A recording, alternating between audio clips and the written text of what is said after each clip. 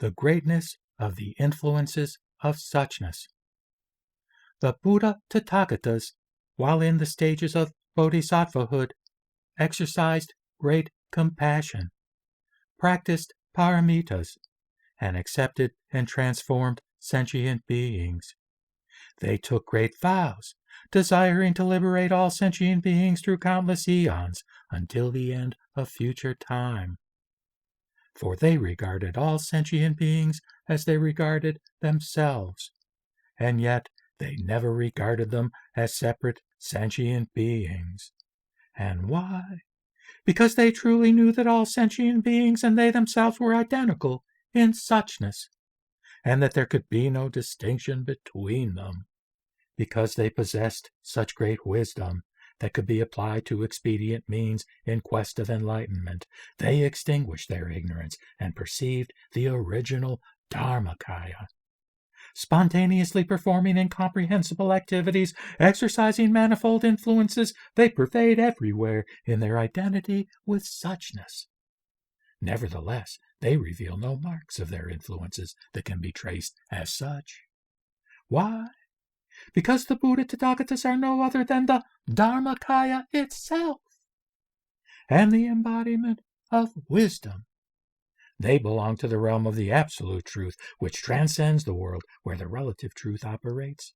They are free from any conventional activities, and yet, because of the fact that sentient beings receive benefit through seeing or hearing about them, their influences, that is, of suchness, can be spoken of in relative terms.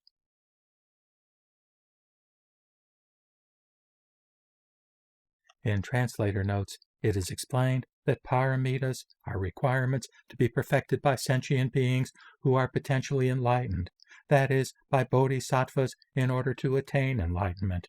They are means to be practiced by the Mahayanists in order to cross over from this shore of samsara to the other shore of nirvana.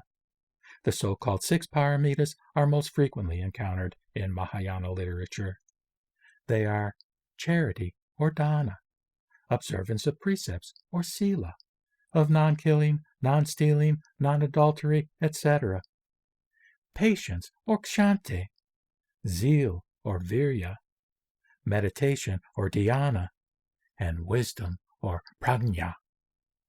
The type of paradoxical expression that we meet with here can most frequently be found in the perfection of wisdom literature. To cite an example similar to the one in our text, a passage from the Diamond Sutra, Vajracchedika Sutra, which belongs to the body of the perfection of wisdom literature, says, quote, "The Lord said, 'Here, Subhuti, someone who has set out in the vehicle of a bodhisattva should produce a thought in this manner. As many beings as there are in the universe of beings, comprehended under the term beings, all these I must lead to nirvana, into that realm of nirvana which leaves nothing behind. And yet, although innumerable beings have been led to nirvana, no being at all has been led to nirvana. And why? If in a bodhisattva the notion of a being should take place, he or she could not be called a bodhi being. And why? He or she is not to be called a bodhi being in whom the notion of a self or of a being should take place, or the notion of a living soul or of a person." Close quote. The translator also explains that the double standards of truth, one being the absolute truth and the other the relative truth, have played an important role in Mahayana Buddhism.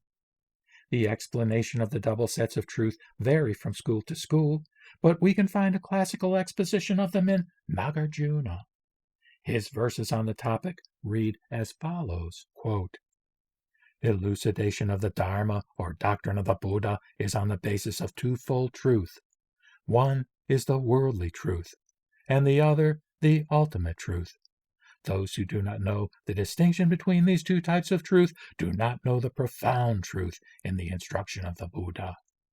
The ultimate truth is not to be shown except on the basis of the conventional truth. Without gaining the ultimate truth, nirvana is not to be obtained." Close quote. The ultimate truth is the truth of the ultimately real, that is, suchness, nirvana, etc., which may be experienced, but which is devoid of any empirical determinations. On the other hand, the relative truth or conventional truth is the empirical truth accepted by people in the world and can be communicated by the use of language. In this category are scientific truths, the truths of social ethics, etc. One is the truth of the absolute order, and the other that of the phenomenal order.